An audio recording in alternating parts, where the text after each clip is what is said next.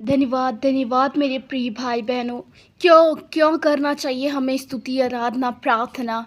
क्या होता है स्तुति करने से? क्यों हमें प्रभु के सामने गीत गाना चाहिए? क्यों हमें प्रभु अच्छे कार्य करता है तो क्यों हमें उसका गुणगान करना चाहिए?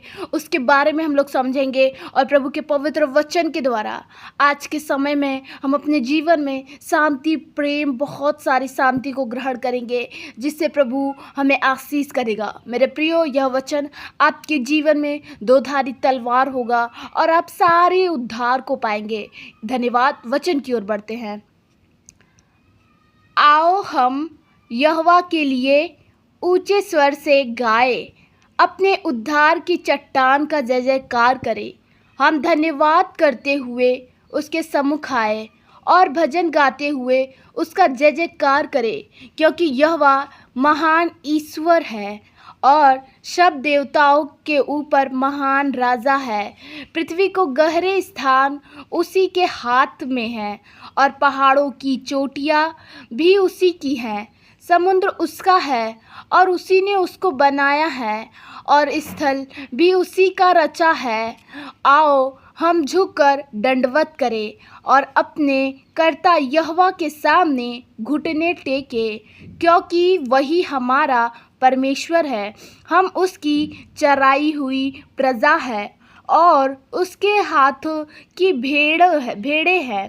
भला होता है कि आज तुम उसकी बात सुनते अपना हृदय ऐसा कठोर मत करो जैसा मरीबा में व मस्सा के दिन जंगल में हुआ था, जब तुम्हारे पुरखाओं ने मुझे परखा। उन्होंने मुझको जांचा और मेरे कानों को भी देखा।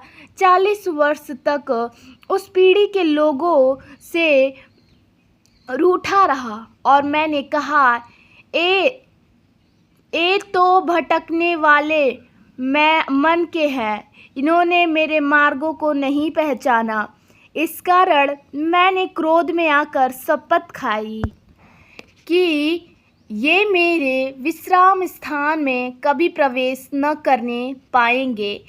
क्या प्रभु, जब हम परमेश्वर में आगे बढ़ते हैं तो हम प्रभु का स्तुति आराधना करते हैं, और जो स्तुति आराधना हम लोग करते हैं, प्रभु उसके द्वारा हमारी बातों को सुनते हैं और उसे स्वीकार करते हैं। चाहे आपका कोई भी तकलीफ हो, कोई भी दुख हो, उस स्तुति आराधना के ज़रिए उसे बनाए और कहे और गाए। प्रभु क्या करेगा, उसे सुनेगा और प्रभु आपके लिए वो चट्टान, वो उद्धार खड़ा करेगा, जिसके द्वारा आप अपने जीवन में बहुत सारी आशीष को ग्रहण करेंगे। हाँ, और प्रभु उस स्थान पे आपको लेके जाएगा, क्योंकि इस पृथ्वी का हर एक छोर प्रभु ने बनाया है, यानी कि आप भी उसी का भाग है। प्रभु ने उससे आपको अलग बनाया है। प्रभु से स्तुति आराधना करे, प्रभु के सामने झुके और अपनी गलतियों के लिए क्षमा मांगे कि प्रभु मुझे क्षमा करे, मुझसे गलती तो हुई है। अपने गलतियों को प्रभु के सामने रखे और कहे, प्रभु मेरे दिल को, मेरे मन को निष्कल बना, प्रभु मेरे मन को साफ बना, प्रभु सारे पाप जो है मेरे जीवन से हट जाए। और कहे, प्रभु आपने जो मेरे जीवन में इतने उद्धार की है, आगे भी तू ही करेगा।